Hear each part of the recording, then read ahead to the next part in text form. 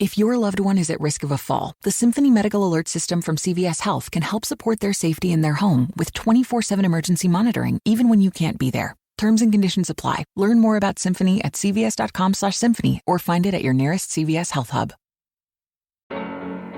You don't own me. No one can tell you how to travel as you are. Orbitz wants to help you discover where you want to go, who you want to go with, and what you want to do when you get there. Visit orbitz.com/pride to book your next trip. Orbitz. Travel as you are. So just let me be myself to say and do whatever I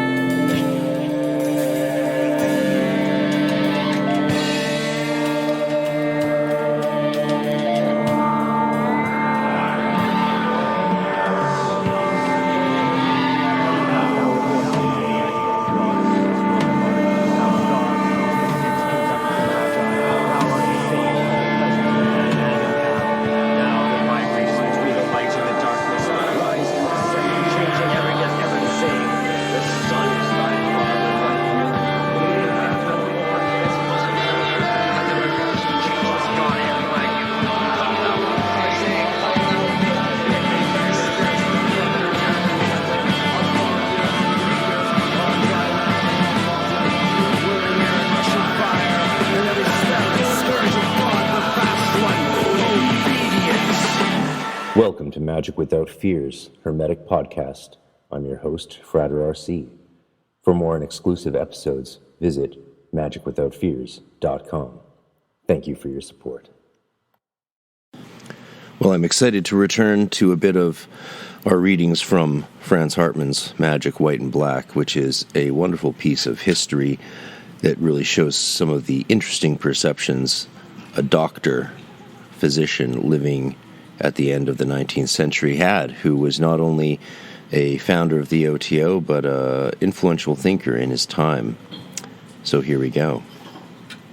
Obviously, use discretion and a bit of historical perception when you are considering some of the things that he said and how they are often more representative of the 19th century than what we should necessarily take as good advice and insight today. That said, what's fascinating about a text like this is the places where it does have insights that we consider fascinating still today, over 100 years later. Consciousness. Chapter 7. I am that I am. The Bible. Everything in the universe is a manifestation of mind, for the universe itself is an expression of eternal wisdom. Everything, therefore, is mind, possessing consciousness in the absolute and being capable of manifesting relative consciousness. Consciousness in the absolute means unconsciousness in relation to things. Absolute self-consciousness means the full realization of one's own existence, a godlike state of self-existence independent of any external object, a state of eternal life within one's own light. Self-consciousness means the realization of one's own existence independent of other things, while relative consciousness means the realization of one's own existence with reference to the objects of one's perception. Unconsciousness, in the absolute, is non-existence, a term without meaning, while relative consciousness means ignorance in regard to that of which one does not know that it exists. Consciousness means knowledge and life. Unconsciousness is ignorance and death. An imperfect knowledge is a state of imperfect consciousness in relation to the object of knowledge. The highest possible state of consciousness is the full realization of the truth. Consciousness means existence. Non-consciousness is non-existence, nothing. Self-consciousness is self-existent, independent of any object. Relative existence is the consciousness of the relation between subject and object.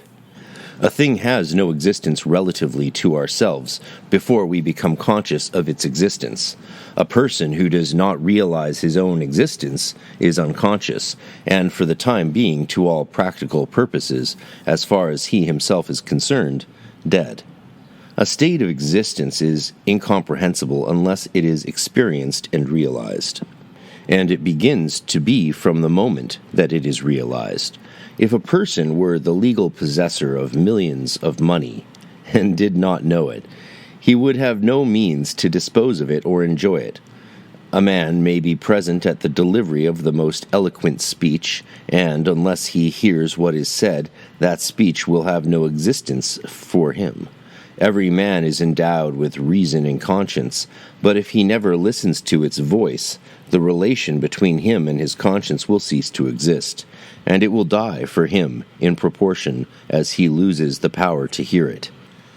Symbols have a meaning to him who understands their meaning, but for the ignorant, nothing but the forms which he sees and feels exist.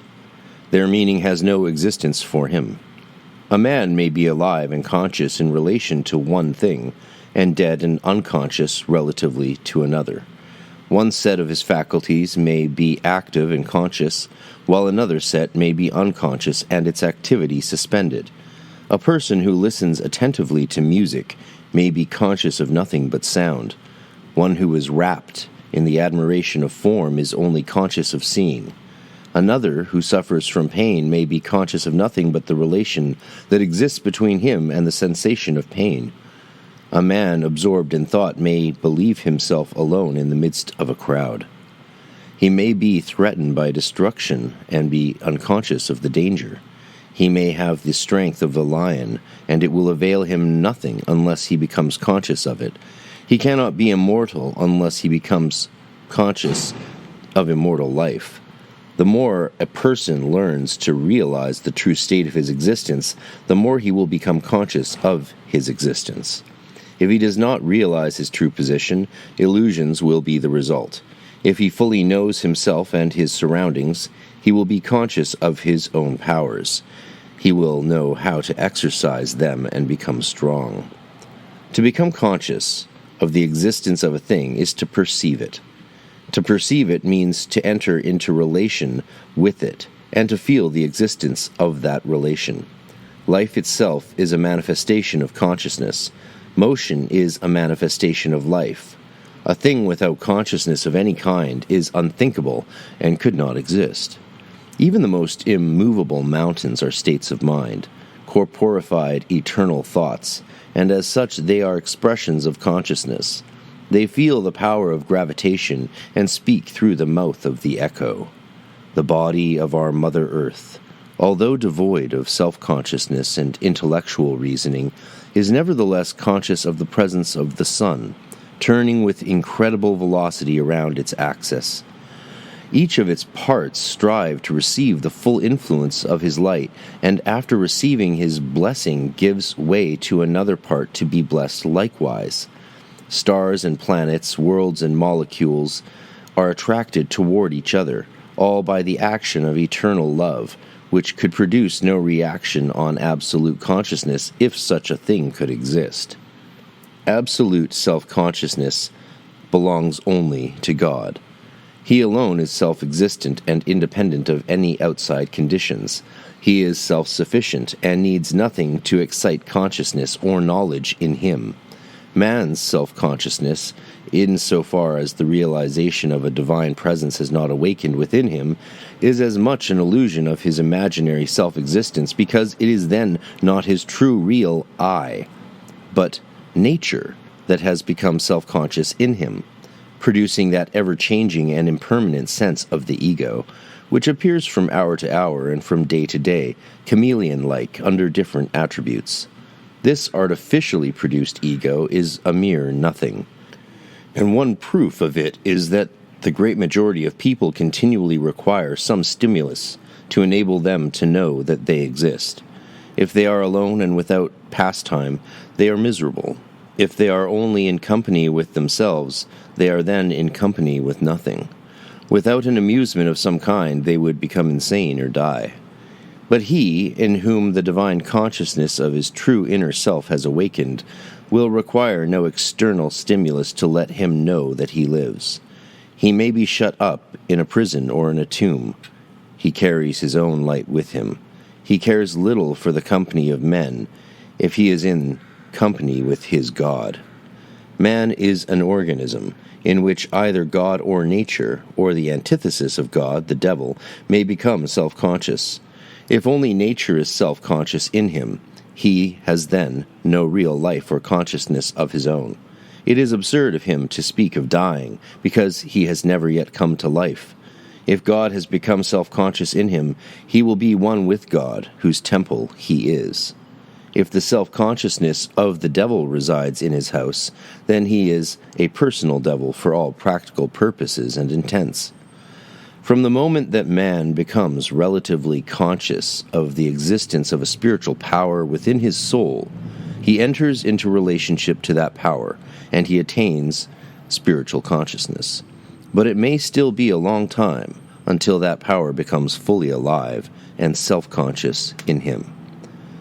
The vulgar have only the consciousness of the animal within themselves. It is the hog in one that is given to gluttony, the goat in another that is given to lewdness, the tiger in one that kills, the snake in another that stings by the power of calumny, the fox in another from which he receives his cunning.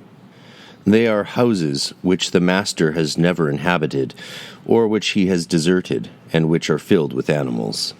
It is the animals that are living and acting in them. The persons themselves have no life.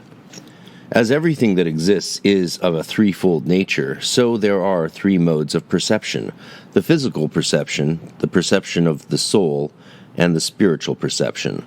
The former reaches the surface of things, the second the soul, then the third into their innermost centers. To see is to think with the organ of sight. A thought sent to the surface of the object of perception will see only the surface. A thought becoming conscious in the center will see that which exists at the center. Everything that exists within the universal mind, and nothing can exist beyond it, because the universal mind includes all, and there is no beyond. Perception is a faculty by which mind learns to know what is going on within itself. Man can know nothing but what exists within his own mind. Even the most ardent lover has never seen his beloved one. He merely sees the image which the form of the latter produces in his or her mind.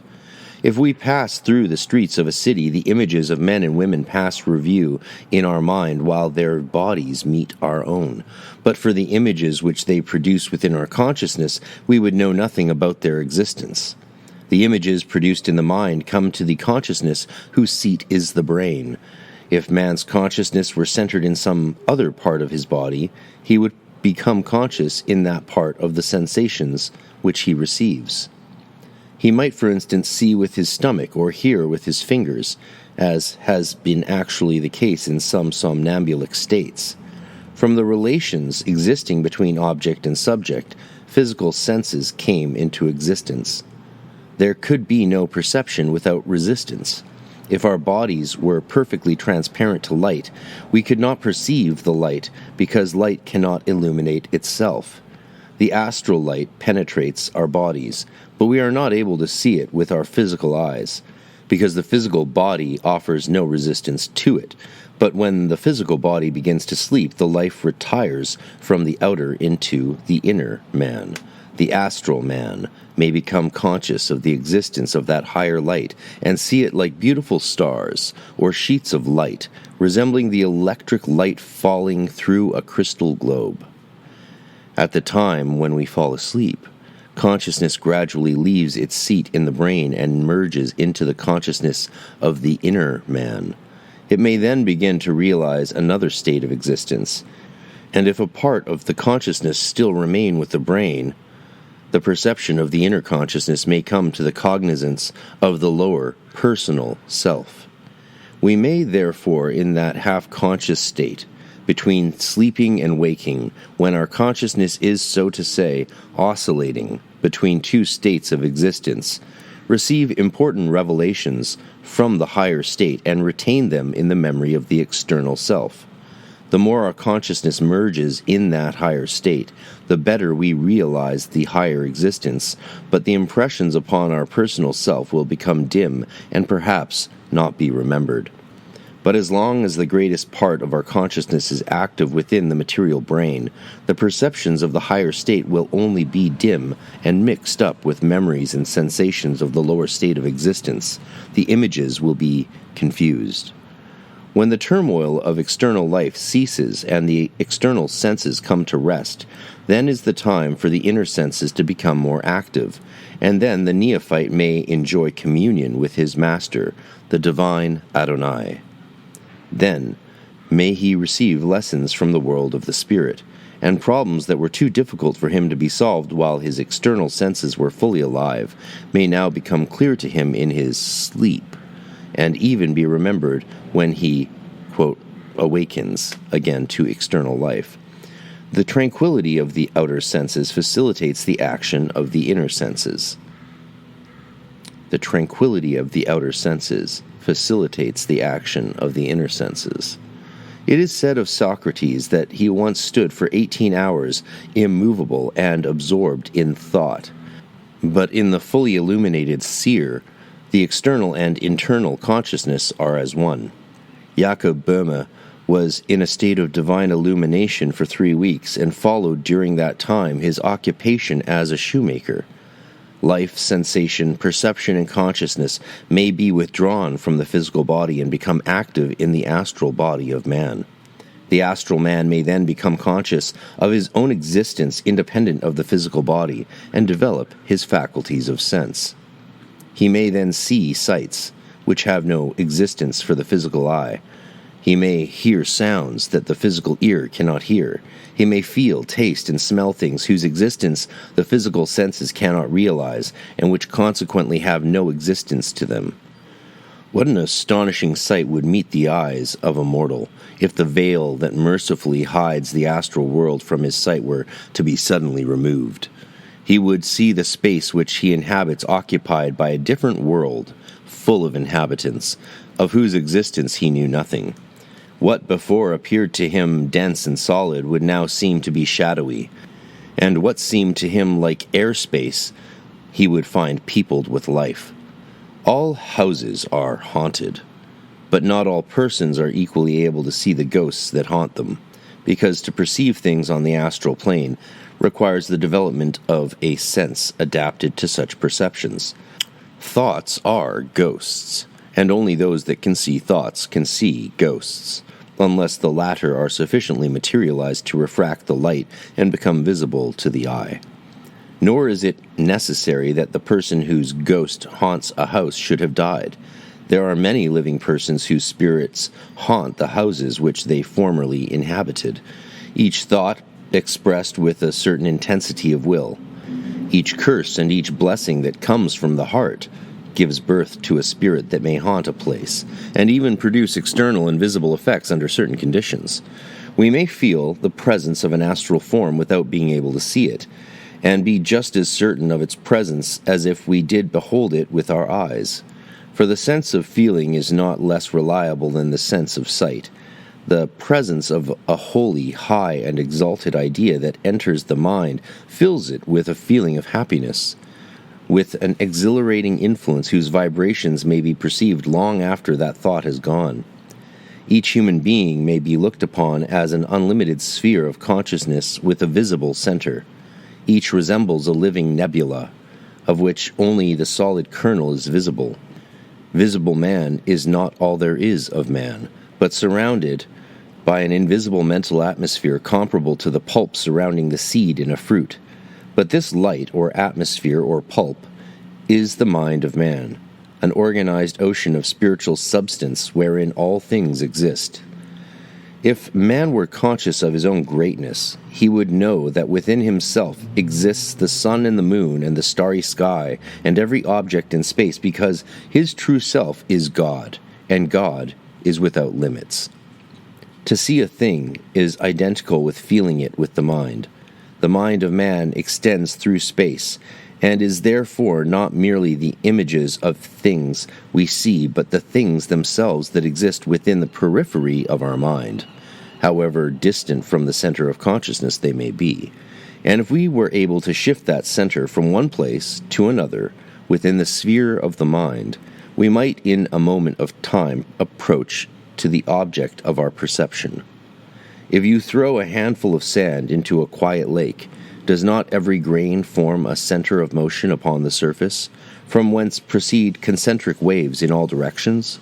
Can you tell where the realm of one such motion is limited, and do they not all move in the same lake? Likewise, each individual being constitutes a center of consciousness in the sea of eternity, whose ripples of thought extend into the depths of the infinite mind. As it is, the center of consciousness of normally constituted man is located in the brain, and, if the mind feels an object, the impressions have to travel all the way to the brain. If we look at a distant star, our mind is actually there and in contact with it, and if we could transfer our consciousness to that place of contact, we would be ourselves upon that star, and perceive the objects thereon as if we were standing personally upon its surface. If we were not able to feel with the mind, we would not be able to become conscious of the character of the things we see, and whose qualities are invisible to us. But the individual spheres of beings enter and pervade each other, and exchange their sensations like the circular rings produced if a handful of pebbles is thrown into a lake. Perception is passive imagination, because if we perceive an object, the relation which it bears to us comes to our consciousness without any active exertion on our part. But there is an active perception or imagination by which we may enter into a relation with a distant object in space by a transfer of consciousness. By this power we may act upon a distant object if we succeed in forming a true image of it in our own consciousness. By concentrating our consciousness upon such an object, we become conscious in that place of the sphere of mind where that object exists. Instead of perceiving an already existing relation, we establish consciously a relation between such an object and ourselves. If I can form in my mind a true image of an absent person and cling to it with my will, I am then identified in my mind with that person and am actually with him or her. My real I is everywhere, and wherever I locate my consciousness, there am I consciously myself, all except in the physical form. How could I be nearer to a friend than to be in perfect harmony with his soul, and identified with him in his own consciousness? Consciousness is existence, and there are as many states of consciousness as there are states of existence. Every living being has a consciousness of its own. The result of its sensations and the state of its consciousness changes every moment of time as fast as the impressions which it receives change. Because its consciousness is the perception of the relation it bears to things, and as this relation changes, consciousness changes its character. If our whole attention is taken up by animal pleasure, we exist in an animal state of consciousness. If we are aware of the presence of spiritual principles, such as hope, faith, charity, justice, truth, etc., in their highest aspects, we live in our spiritual consciousness, and between the two extremes there are a great variety of gradations. Consciousness itself does not change, it only moves up and down on the scale of existence. There is only one kind of consciousness which never changes its form, because its relation to things never changes, it being in relation with nothing except with itself. It is the divine consciousness of existence per se, the realization of the I am. It cannot change because existence per se never changes. Its change would involve non-existence or the annihilation of all. When the absolute one life becomes relative in a form, the degree of its manifestation depends on the state of the activity of life expressed in the organization of its form. In a low-organized form, there may be sensation, but there is no intelligence. An oyster has sensation and consciousness, but no intelligence and no power of discrimination. A man may have a great deal of intellect and no consciousness of the existence of spirituality, sublimity, justice, beauty, or truth. If these divine principles have become fully alive and self-conscious in him, then, and only then, is he in possession of divine wisdom.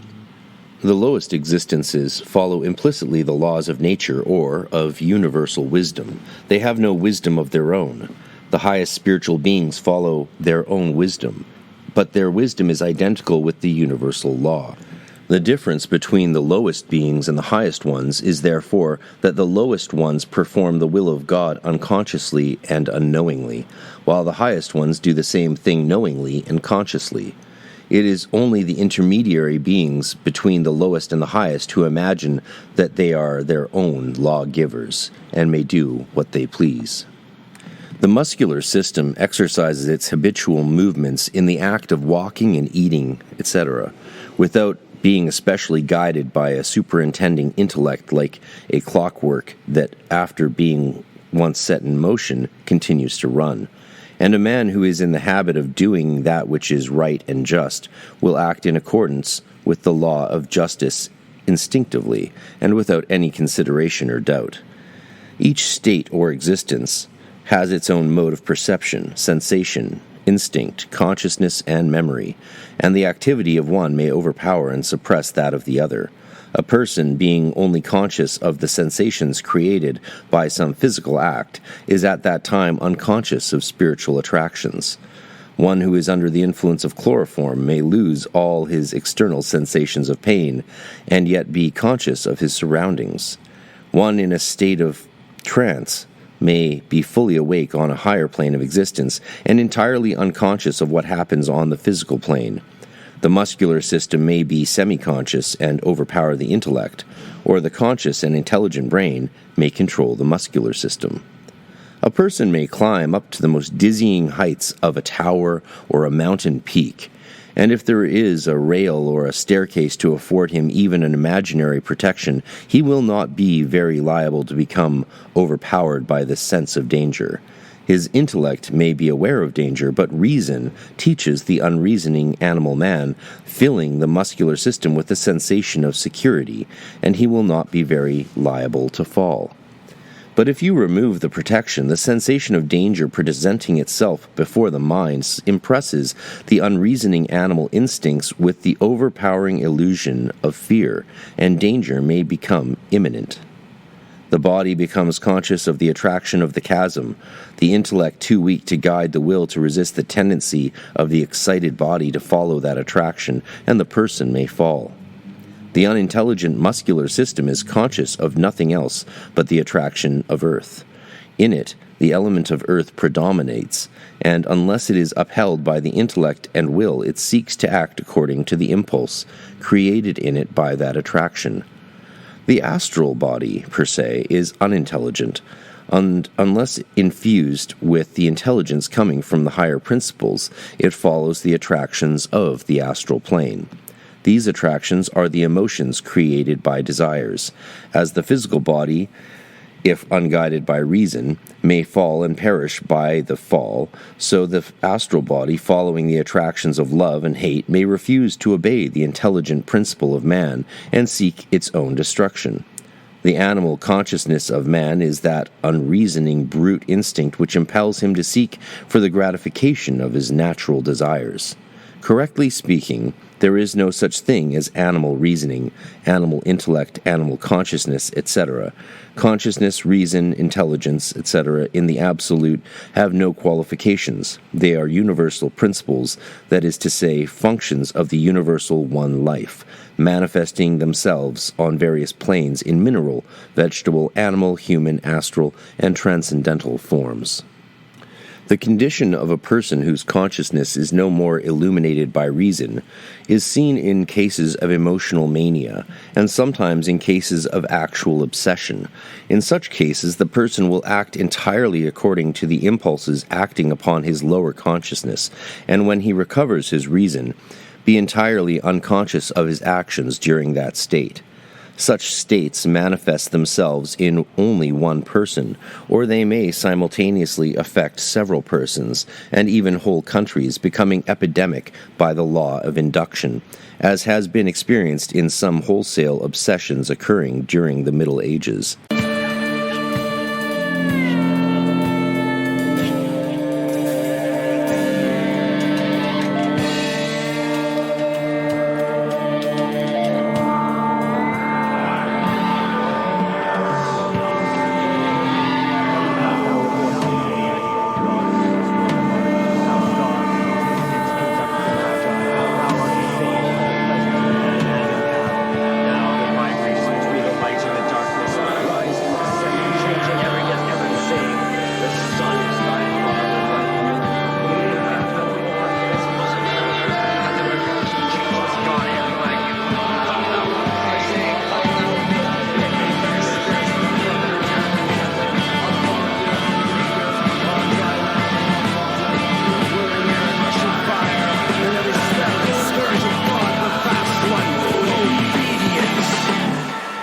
Magic Without Fears Hermetic podcast.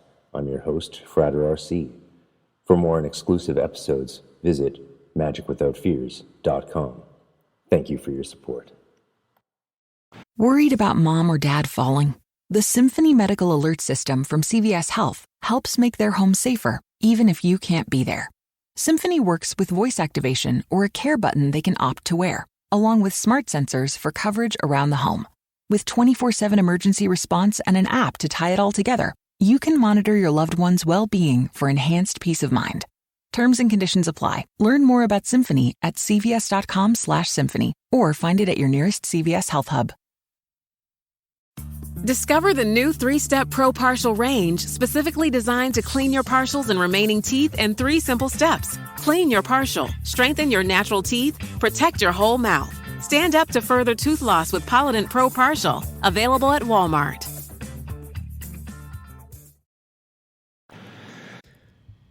While we cannot control whether any ads get put in the spots allocated, we thank you for listening to those that do, since they help keep this project alive. You can also get ad-free content and bonus content and videos and a private webpage by subscribing exclusively to magicwithoutfears.com for only a couple dollars a week, or $6 a month, or $50 for the year.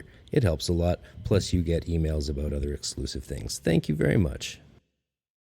They are often observed in cases of hysteria, may be witnessed at religious meetings, during theatrical performances, during the attack upon an enemy, or at any other occasion, where the passions of the multitude are excited, inducing them to acts of folly or bravery, and enabling people to perform acts which they would be neither willing nor able to perform if they were guided only by the calculations of their intellect. Merely imaginary self-consciousness exists when the thought and will are divided. We then live in our imagination, but the will is dormant and inactive.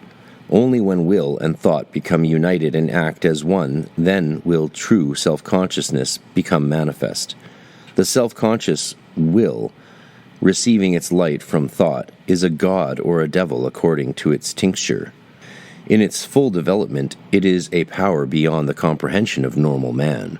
It enables its possessor to blend his own consciousness with that of any other person, to enter into communication with any other person in any part of the world, although that other person may not become aware of his presence unless he has developed his own power of spiritual perception to a certain extent.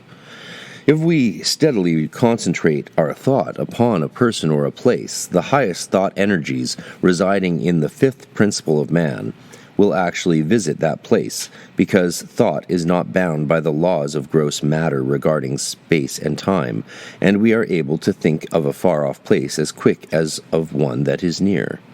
Our thoughts go to the desired locality, for that locality, however far it may be, is still within the sphere of mind. If we have been there before, or if there is something to attract us, it will not be difficult to find it. But under ordinary circumstances, our consciousness remains with the body. We may even realize our presence at the place which we visit, but on returning to our normal state we cannot remember it, because the semi-material principles of our soul, in which resides memory, have not been there to collect impressions and transfer them to the physical brain. But if our will has become one with our thought, so as to accompany the latter, then our consciousness may go with them, being projected there by the power of the will and illuminated by thought. We shall then visit the chosen place consciously and know what we are doing, and our astral elements may carry our memory back and impress them upon our physical brain.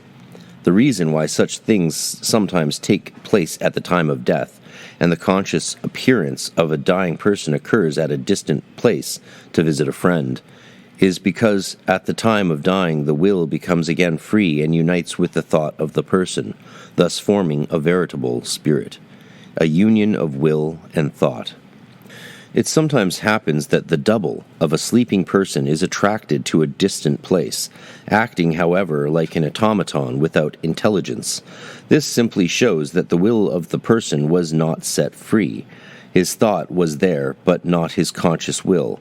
Nor could the will leave the sleeping body of a person that has not become sufficiently spiritual, because the will is the life, and if it were to leave the form, the body would die. There are a great number of cases on record where, in consequence of a sudden and intense emotion, for instance, the desire to see a certain person, the will has become prominently active, and projecting itself from the physical body has rendered the thought of the person conscious and visible at a distance. In cases of homesickness, we find some approach to an instance of this. The person separated from home and friends, having an intense yearning to see his native place again, projects his thoughts and his unconscious will to that place. He lives, so to say, spiritually in that place, while his physical body vegetates in another. The life elements pass more and more to these astral elements at the expense of the life elements necessary to supply the wants of the physical body. There seemed to be nothing particularly important the matter with the patient. He has a little fever, becomes weaker, and finally dies.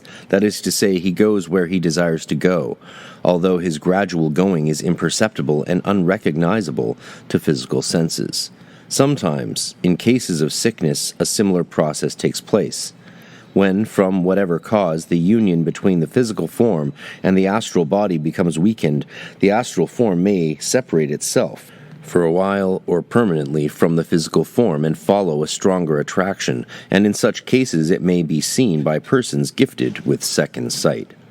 The symptoms of such a beginning of separation may often be observed in cases of severe sickness, when the patient that has the sensation as if another person were lying in the same bed with him, and as if that person were in some way connected with him, and he would have to take care of the latter.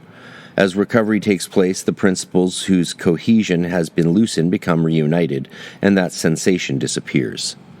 A higher state of consciousness than that of the normal state is often observed in cases of trance and somnambulism. A lower state than the normal one is witnessed in cases of drunkenness or intoxication of some kind.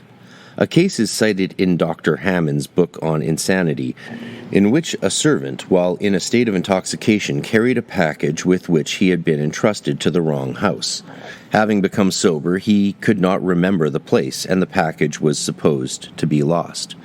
But after he got drunk again, he remembered the place. He went there and recovered the package. This goes to show that when he was drunk, he was another person than when he was sober. Man's individuality continually changes according to the conditions in which he exists, and as his consciousness changes, he becomes another individual, although he still retains the same outward form. Instead of getting drunk, a man may become full of the wine of the Spirit. In that case, he may, while in that state, write down very high and exalted ideas, which he may not fully remember after his return to his normal state, and perhaps he may then not even understand his own writings. If a person is in the hypnotic state, subject to the will magnetizer, it is the consciousness of the latter which takes possession of the former and uses his mental organism as if it were his own. If a hypnotizer causes his subject to commit a crime, it is he who commits it through the instrumentality of the hypnotized. If a medium lies, it is the lying thoughts of him who consults the medium that are echoed back through the latter, nor could he be a genuine medium if he did not reflect lies as well as the truth. All men are mirrors, in which the world is reflected. All men are mirrors reflecting each other's thoughts and acting them out. Experience shows that there is not a day in the year that not some hypnotizer consciously or unconsciously commits a crime through another person, and while the real culprit goes scot-free, the weak-minded instrument is punished. Thousands of marriages are the outcome of hypnotization. Man exists as an individual only as long as he is in possession of divine reason. And this reason is not an attribute of the human form, but a function of the divine spirit which illuminates it. In the state of trance, the consciousness is entirely concentrated on the higher planes, and the mind may even forget the existence of the physical body. In the state of intoxication, the person may only be conscious of his animal existence and entirely unconscious of his higher self. A somnambule in the lucid condition, looks upon her body as a being distinct from her own self, who is, to a certain extent, under her care. She speaks of that being in the third person, prescribes sometimes for it as a physician prescribes for his patient, and often shows tastes, inclinations, and opinions entirely opposed to those which she possesses in her normal condition. Somnambules often give promises which they fulfill when they return to their normal condition, although when they awake they do not remember of ever having made any promise at all. If man's consciousness changes from one state to another, his tastes and inclinations change accordingly. While his thoughts revel in animal pleasures, the realm of the spirit will be closed to him, nor will he desire to enter it. If he has once attained the power to perceive the things of the spirit, animal pleasures, and the knowledge of which terrestrial science is proud, will appear absolutely worthless to him. Persons, while in a trance, may love another person intensely, because they are then capable to perceive his interior qualities, and they may detest him when they are in their normal condition, because they then merely behold his external attributes. This higher self, which often seems to care so little for the earthly troubles that vex and perplex the lower self, is the real man, who continues to live when the body of the person with which he is connected during life no longer exists. It is the individual which, through a long chain of reincarnations, has become connected with many personalities, extracting from each the elements which are worthy to be preserved, and assimilating them with his own. Only few persons mentioned in history have succeeded in uniting their personality with their own divine and impersonal. Such that have succeeded are the truly enlightened and require no more incarnations. The highest state of spiritual consciousness is the full and complete realization of divine truth. Even while physical consciousness is active, the consciousness of the higher principles may be so exalted as to render the body little conscious of pain. History speaks of men and women whose souls rejoiced while their earthly tabernacles were undergoing the tortures of the rack, or were devoured by flames at the stake. Man leads essentially two lives, one while he is fully awake and another while he is fully asleep. Each has its own perceptions, consciousness, and experiences, but the experiences of that state called deep sleep are not remembered when we are fully awake. At the borderland between sleep and waking, where the impressions of each state meet and mingle, is the realm of confused dreams, which are usually remembered and seldom contain any truth. This state is, however, favorable to receive impressions from the higher self, or to see the pictures existing in the astral light. In the former case, the higher self may use symbolical forms and allegorical images to convey ideas to the lower self and to give it admonitions, forebodings, and warnings in regard to future events. In the latter case, faces and forms of persons that previously occupied the room of the sleeper may be seen, or his mind may wander to scenes to which he is unconsciously attracted. There are, however, various kinds of dreams, and it would be wrong to deny that some of them may not be useful. The higher self may make use of the impressionability of the lower self during the time of half-conscious slumber to impress it with useful visions and warn it out of danger, and to teach it lessons which the lower self would not be able to understand while his physical senses are fully active and the voice of intuition drowned in the noise of the struggle produced by the contending emotions. Many a difficult problem has been solved during sleep, and the terrestrial world is not always without any reflex of the light from above.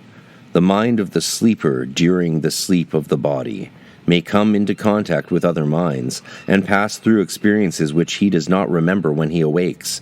Man, in his waking condition, often has experiences which he afterwards does not remember, but which he nevertheless enjoyed at the time when they occurred, and which at that time were real to him.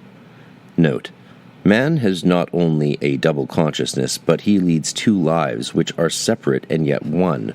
Each of these lives has its own experiences, and if while in one state we do not remember the experiences of the other state, this does not disprove the truth of our assertion. A man may live and undergo certain experiences in a certain place while his body is asleep or unconscious or half-conscious in another place. And if the physical body returns to its normal state, it may or may not remember what happened to him while he was in the other state.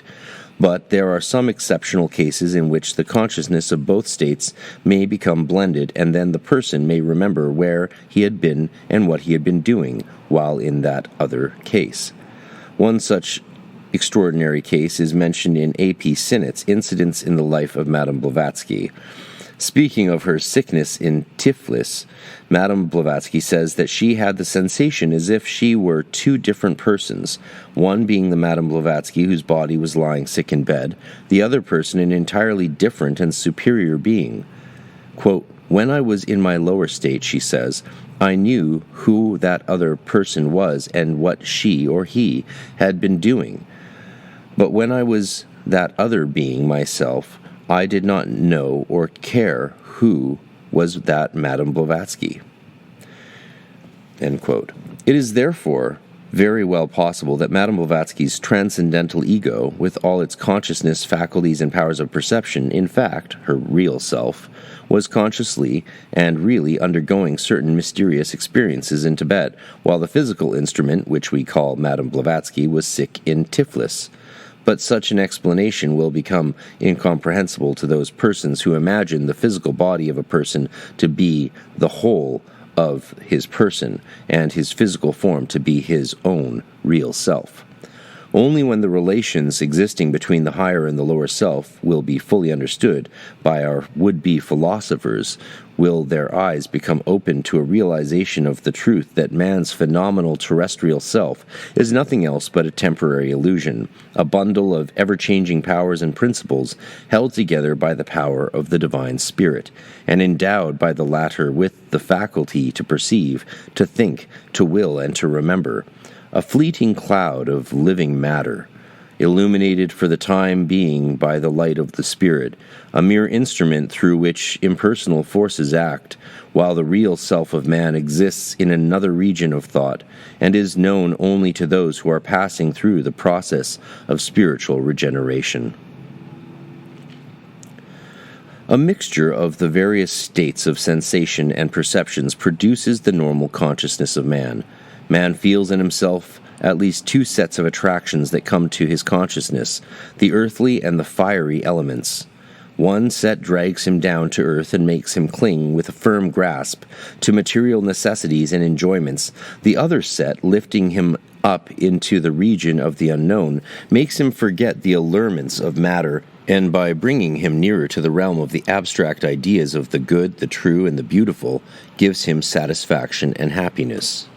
The greatest poets and philosophers have recognized this fact of double consciousness, or the two poles of one, and between those two poles ebbs and floods the normal consciousness of the average human being.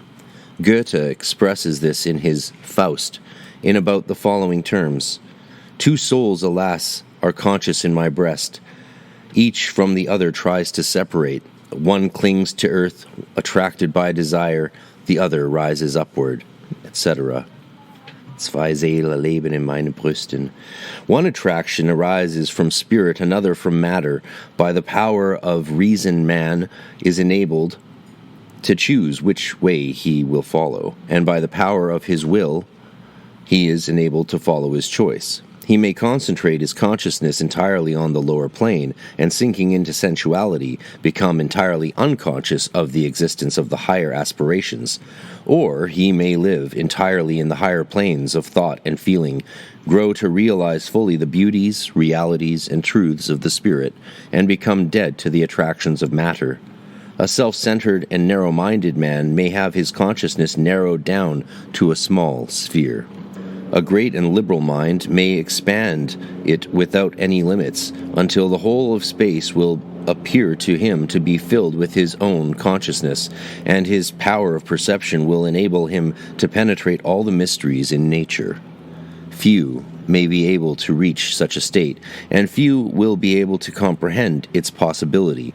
But there have been men who, on the threshold of nirvana, were able to concentrate the powers of their minds in centers beyond the attractions of earth, and while their physical bodies continued to live on this planet, the divine self, leaving its human form, would consciously roam through the interplanetary spaces and see the wonders of the material and spiritual worlds. This is the highest form of adeptship, attainable on earth, and to him who accomplishes it, the mysteries of the universe will be like an open book. Every man and woman, however, can feel within their souls the presence of the divine spirit, even if they cannot yet see its light.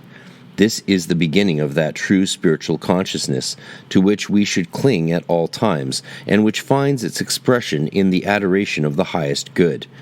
Still, such states are yet far from spiritual self-consciousness, which is a full realization of individual existence within the spiritual realm, and as such is known only to few. Even the most devout worshipper, as long as the divine spirit has not awakened within his soul, will merely feel the beauties of the spiritual realm in the same sense as a blind man may enjoy the warm sun rays of the sunshine without being able to see the light. Only when the process of spiritual regeneration has fairly begun will he be able to see the sun of glory within his own soul, and the elusive self-consciousness of his former state, which caused him to believe that he was a permanent being, will be transformed into that real self-conscious state in which he becomes self-luminous in the light of the truth, a state in which man actually knows that he exists as an eternal, self-existent, and immortal power in God. Diving deep into the practices and reality tunnels of the esoteric and the occult, check out Praxis Behind the Obscure podcast, where I interview practicing occultists, do book reviews, and much more. Check us out on YouTube, Red Circle, and many other podcast platforms.